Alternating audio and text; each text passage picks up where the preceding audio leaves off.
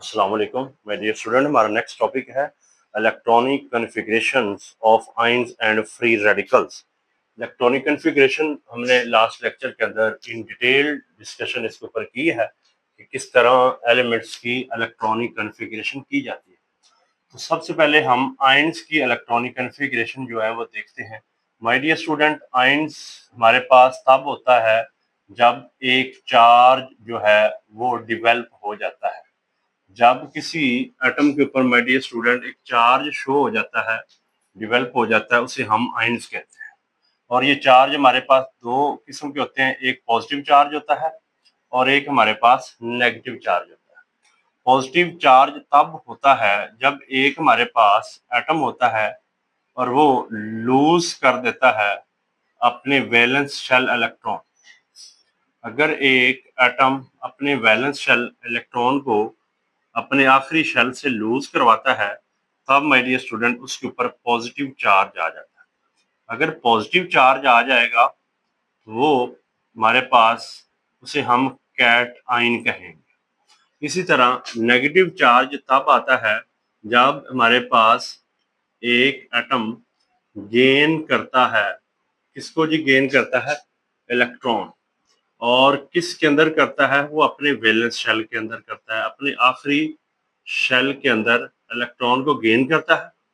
तब उसके ऊपर माय डियर स्टूडेंट आता है नेगेटिव चार्ज।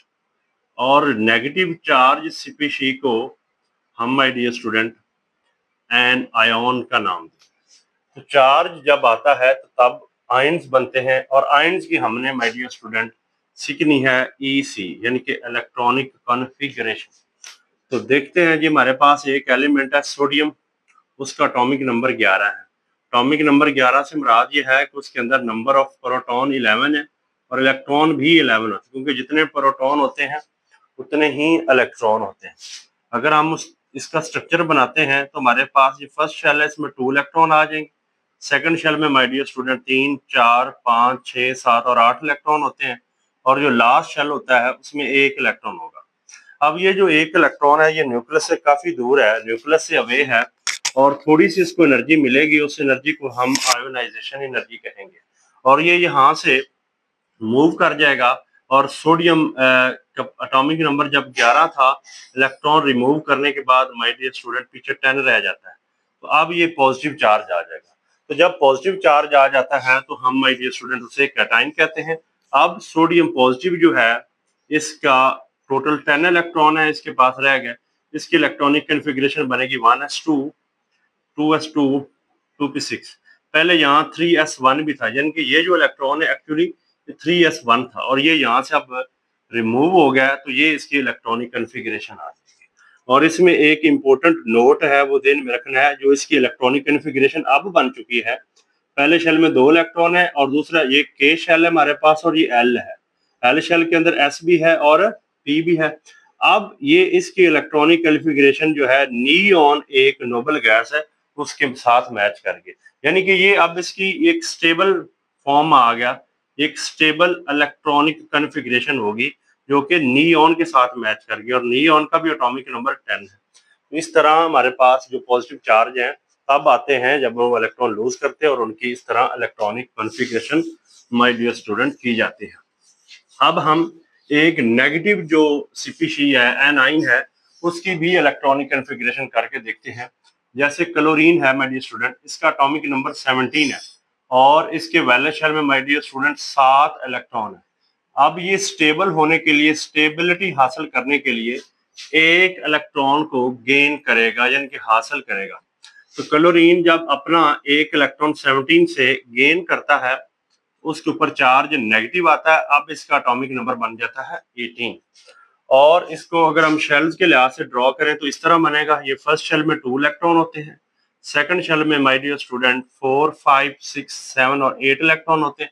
लास्ट में 7 थे टोटल, 8 और 2 10 और 18 है टोटल। जब गेन किया तो हमारे पास 1, 2, 3, 4, 5, 6, 7, और अब इसमें भी 8 हो गई। एक इलेक्ट्रॉन उसने हासिल किया था, गेन किया था। इलेक्ट्रॉनिक कॉन्फ़िगरेशन करके देखते हैं क्लोरीन 18 की। तो इसकी इलेक्ट्रॉनिक कॉन्फ़िगरेशन बनेगी 1s2, 2s2, 2p6, 3s2 and then 3p6, 2 4, ये भी 2 इलेक्ट्रॉन है हमारे पास, 2 to 4, 4 6 10, 10 to 12 एंड 12 एंड 6 18। ये हमारे पास इसकी इलेक्ट्रॉनिक कन्फिग्रेशन आ जाएगी इस तरह, ये एनाइन की है। और ये electronic configuration my dear student argon एक एलिमेंट है उसके साथ मैच करके, उसका भी एटॉमिक नंबर 18 है। यानी कि ये एलिमेंट जो क्लोरीन है ये इलेक्ट्रॉन गेन करने के बाद स्टेबल हो रहा है। ये एनाइन की एक इलेक्ट्रॉनिक कन्फिग्रेशन है हमारे पास। और लास्ट में हमने देखा था सोडियम की, या यानी कि एक पॉजिटिव आयन की इलेक्ट्रॉनिक कन्फिग्रेशन। वो इलेक्ट्रॉन लूज करने के बाद स्टेबल हो रहा है, ये इलेक्ट्रॉन गेन करने के बाद अपनी स्टेबल इलेक्ट्रॉनिक कन्फिग्रेशन शो कर रहा है। तो ये चीजें माय डियर स्टूडेंट हमने डिस्कस की हैं। अब एक और इम्पोर्टेंट चीज माय डियर स्टूडेंट इसमें हमने डिस्कस करनी है, वो ये है कि जो हमारे पास मेटल्स हैं, पीरियोडिक टेबल में मेटल्स एलिमेंट हैं, वो जब भी पॉजिटिव आयंस बनाती हैं तब बनते हैं जब वो अपने आउटर इलेक्ट्रॉन को वो रिलीज करती हैं। आउटर इलेक्ट्रॉन वहां से जो है ना वो लूज होते हैं, ये बिल्कुल ठीक है।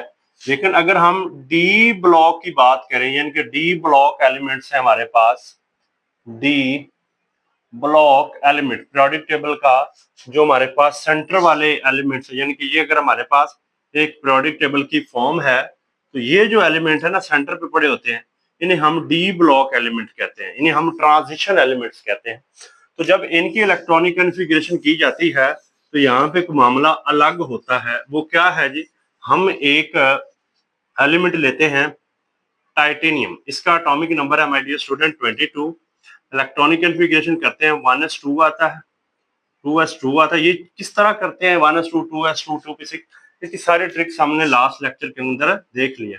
यहाँ पे 2p6 है, फिर हमारे पास 3s2 है, उसके बाद अगर हम देखें फिर हमारे पास आ जाएगा 3p6 आता है, और उसके बाद 4s2 आता है, और फिर अगर देखें तो टोटल इलेक्ट्रॉन काउंट करें 2 to 4 6 10 12, हमारे पास आ जाएगा 18 आ जाएगा, 20 आ जाएगा, और यहाँ पे 2 आ जाएगा। अब सवाल ये बनता है कि ये 4 पहले क्यों आ गया, 4s is field before the 3d।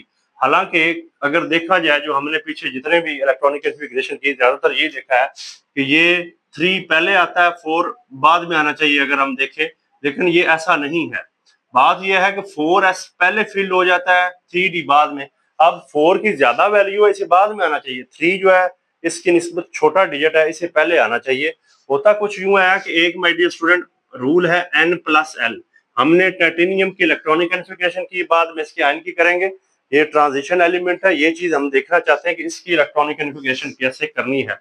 n+ rule जो है, n is the principal quantum number, l is the azimuthal quantum number. तो पहले हम 4s की देखते हैं। अगर हमारे पास 4s है, 4 is the principal quantum number, ये चीजें ऑलरेडी की हुई हैं। Thank you my dear students.